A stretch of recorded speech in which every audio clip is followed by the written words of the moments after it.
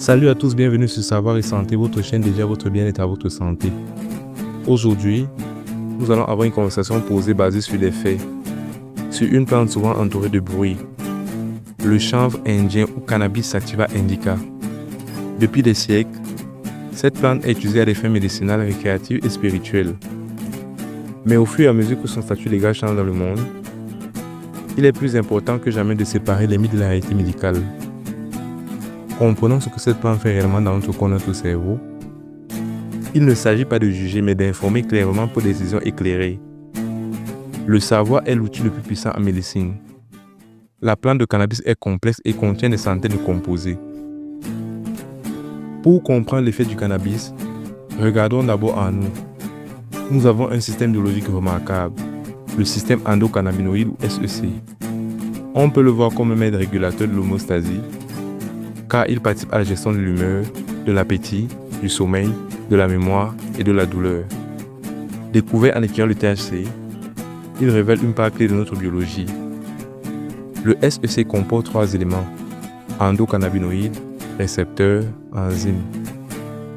Nos endocannabinoïdes comme l'anandamide et le 2-AG sont produits à la demande. Les récepteurs CB1, surtout dans le cerveau, et CB2, notamment immunité, agissent comme des serrures. Les cannabinoïdes végétaux comme le THC ressemblent à nos molécules endogènes. Le THC peut activer puissamment les CB1, perturbant l'équilibre du soin du SEC. C'est ce qui produit des effets psychoactifs. Le CBD agit différemment, de manière indirecte, sans provoquer de high. Avec des produits riches en THC, les effets peuvent débuter en minutes, surtout par inhalation. Le THC passe des poumons au sang, puis franchit la barrière hémato-encéphalique. Il active les zones impliquées dans plaisir, mémoire, pensée, attention, perception, mouvement. On observe ensuite euphorie, relaxation et sens exacerbés. Les couleurs paraissent plus vives, les sons plus nets, le temps ralentit. Le THC module la récompense et peut déclencher une libération de dopamine. À forte puissance ou chez les nocifs, anxiété, peur, méfiance, voire panique peuvent survenir. Cela tient à une surstimulation des régions émotionnelles comme l'amygdale. La cognition est touchée, jugement altéré, perception distordue, mémoire récente affectée. Les CB1 sont denses dans l'hippocampe, clé de l'encodage des souvenirs. Le THC perturbe ce processus. Ces effets sont temporaires et diminuent au fil du métabolisme, mais gênent l'apprentissage. La coordination baisse, cervelle et ganglion de la base, riche en CB1, gère équilibre et temps de réaction. Conduire ou manier des machines après usage est dangereux et illégal.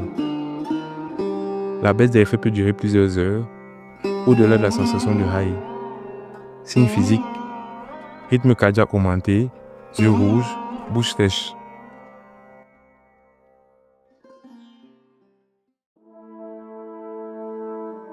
Quand l'usage devient lourd et durable, la science change de focale.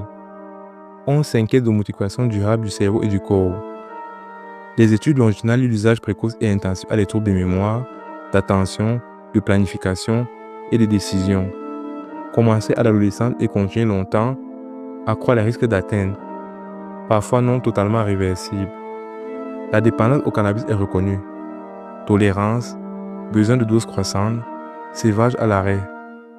Irritabilité, saute d'humeur, troubles du sommeil, baisse d'appétit, envie, agitation peuvent compliquer l'arrêt. Lien complexe avec la santé mentale. Association robuste mais causalité nuancée. Chez sujets prédisposés, l'usage lourd, surtout THC puissant, est associé à un déclenchement plus précoce de psychose. De grandes études observent une corrélation entre usage fréquent et risque accru de psychose. Le cannabis n'est pas la cause de la schizophrénie, mais un facteur de risque important chez les vulnérables. Côté physique, fumer du végétal brûlé expose à gourdon irritant, bronchite chronique, toux, expectoration. Le risque respiratoire est réel. Les risques ne sont pas identiques pour tous. 2 groupes sont particulièrement vulnérables. Les adolescents, cerveau encore en développement jusqu'au milieu de la vingtaine. Les femmes enceintes, système fouettant la maturation rapide. Le SEC guide la maturation synaptique. Un THC élevé peut perturber ce calibrage. Des organismes pédiatriques alertent.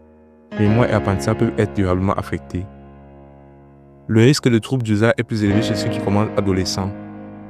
En grossesse, le THC traverse le placenta et peut atteindre le cerveau fouettant en structuration, association, poids de naissance plus bas, trouble de l'attention et de la mémoire. Le consensus médical recommande l'abstinence pendant la grossesse et l'allaitement. La voie d'usage influence vitesse d'apparition, d'intensité et risque. Inhalation, effet en secondes à minute. Titration plus facile, mais combustion toxique. Vaporiser et réduire les sous-produits de combustion, mais la sécurité à long terme reste à préciser. Les études de marché illicites ont été liées à des lésions pulmonaires. Pureté et source sont cruciales. Par voie orale, effet lent, 30 à 120 minutes, et parfois plus intense et durable. Le délai augmente le risque d'ingérer trop. Sublingual, plus rapide qu'oral, plus lent qu'inhalé, profil intermédiaire. Pour les adultes débutants, informez-vous et avancez prudemment. Start low, go slow. Commencez à 2,5 mg au moins et attendez au moins 2 heures avant toute overdose. Ne conduisez pas sous cannabis. Prévoyez un transport alternatif. Évitez l'alcool concomitant et informez votre médecin. Interaction médicamenteuse possible. Appuyez-vous sur des sources crédibles. Comprenez les doses. Évitez les comportements à risque et tenez compte de votre santé. N'oubliez pas de vous abonner à la chaîne Savoir et Santé pour plus de conseils santé et de bien-être. À bientôt pour une nouvelle vidéo éducative et passionnante.